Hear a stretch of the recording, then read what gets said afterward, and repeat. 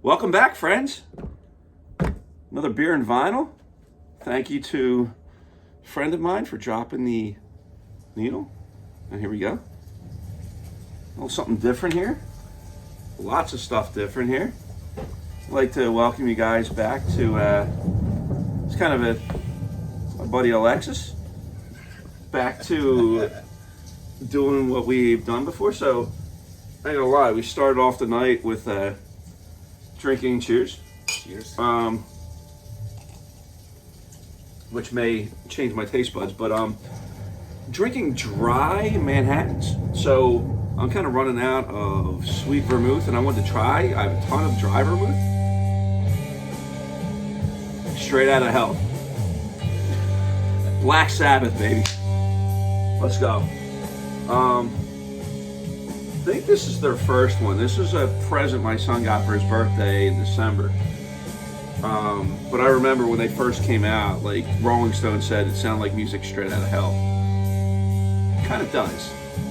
The beer we have, absolute freaking whale, Treehouse, ScreamOfTheLiving. The last time I got Treehouse, lucky enough, a friend of mine, kudos Rob, his son got a full ride offer at Holy Cross, which is in Worcester, Mass, which is 20 minutes outside of Charlton, the main place. And he said, hey, listen, he's like, we're going, you know, what can I bring you? And I'm like, so I literally went in, took a look. This was the highest rated beer that I'd never tried. It was a 437 on Untappd. So I'm like, done. And I got a 12 pack of it. Everything else got a 4-pack. Got an 8-pack of King Julius, an 8-pack of Double Gang, or an 8-pack of Julius. Everything else is a 4-pack. I got a 12-pack of this because I wanted to try it, and I'm glad I did because it is fire. And we're going to explore it tonight. I should have pulled it up and looked at the hops and everything ahead of time, but I didn't because that's the way it is. I'll tell you what I need to do now is I need to clean the palate because we were drinking Basil Rye. Basil Dark Rye. I am a huge fan when it comes to whiskey, bourbon, scotch, all that stuff, hard liquor. In order for me, it's rye whiskey, a peaty single malt Islay Scotch.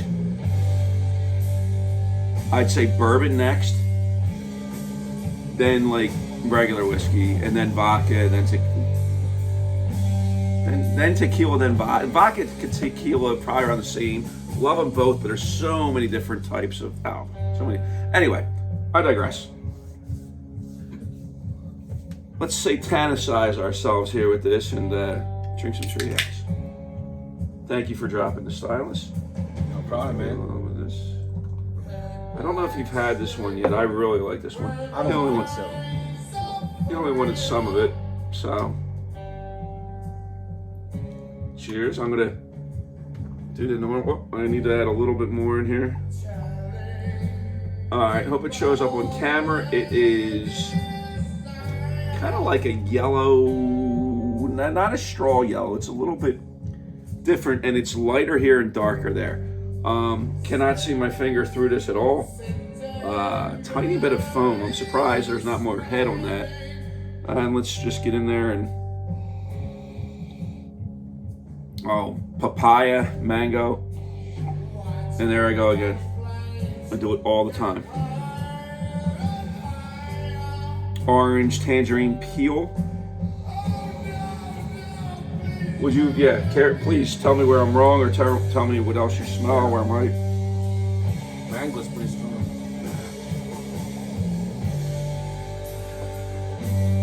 That tastes delicious, though. And that's the problem is I love drinking it too soon, quick. Too quick.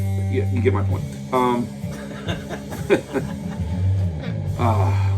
I'm literally sad. This is the problem. I salivate while I'm talking about this stuff. No idea the hops. I do have my glasses here so I can read the can.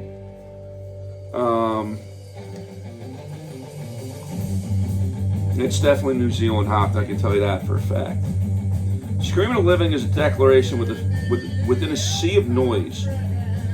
The word burgeons with flashes of creative spirit, their individual songs bleeding into a single note. But what about you? What of the world that only you can articulate? Pouring an inviting opaque yellow, this beer overflows with a stirring tropical fruit aromas, great, that dance across the palate. Each hoppy note tells a story of itself, yeah it does. Our perception of the worlds we create through it. A robust blend of hop rises and quickly falls into a soft velvety finish, which I agree, I remember I tried that before. Its tone lingering and inviting another sip. ScreamOfTheLiving asks us to treasure all that inspires us, but not to be afraid of our own voice and use it as well. Good write-up. Cheers, brother. Cheers, man.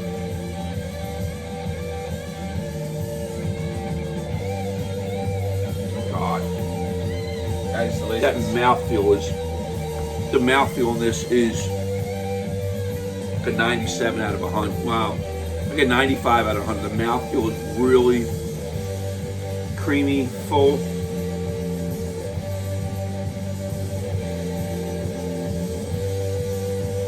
It's got some bittering hops towards the end, which is nice, but it's tropical up front. I guess I got to talk about this.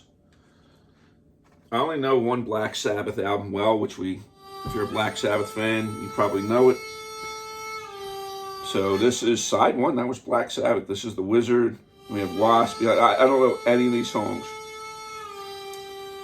And I think this is the first Black Sabbath album, which I made the mistake.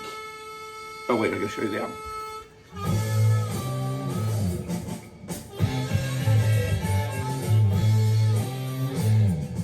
Oh, I like it. Upside down cross.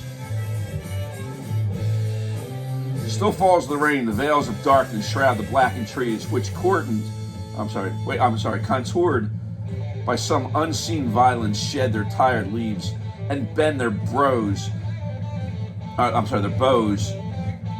It's hard to, I'm messing with the glare, sorry. Toward a gray earth and severed bird wings. Among the grasses, poppies bleed before gesticulating death, and young rabbits born dead in traps stand motionless as though guarding the silence of the surrounds and threatens to engulf all those who would listen. There's more to that than that. I like that. That's pretty cool. There's the back. I'll pull it up here so you guys can see it. And I'll try to hold it there for a little bit.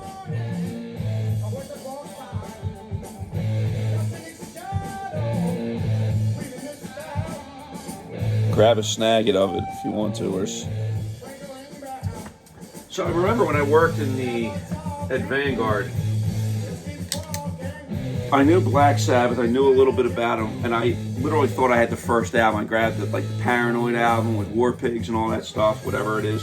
And I'm like, I'm gonna try to listen to this like I've never listened to it before in my life. And try to pretend this is 1970 and this is the stuff that's coming out. And I thought it was the first album, and I was like, oh my, I was blown away. I'm telling you what, I gotta redo it and do it with this. Like, listen to that funky, like that. Oh, cowbell in there, do you hear that? I like it. Yeah. I do like when music, it catches you, and I love when music tricks you into thinking that a sound's coming and the sound's either delayed by a half a beat or a full beat, or you know what I mean? Yeah. Love that. Love that. Don't give me. Surprise. Yeah, don't give me what I expect.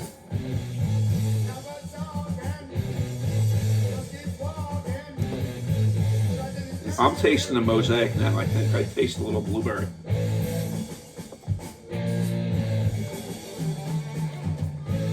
Yeah. I think there's mosaic in this. I don't know. I should look it up. Really good stuff, man. The cross upside down. I'm really liking this song. What's this one? Wasp? I don't know. That's the second one. The Wizard. I assume, hopefully it's... Love it. Listen to that. Who's mixing heavy metal and like the harmonica? The harmonica, kind of a little bit of country. Yeah. Funk. Country. Yeah. Touch of bluegrass, maybe. Like Maybe. that. That's why I love it. Push the walls, push the boundaries of music. Nice drums, dude. Yeah, he's known as like, he's not the greatest technical drummer, but, well, let's say he's like but his style is very, I don't know, I wish I could break this stuff down better.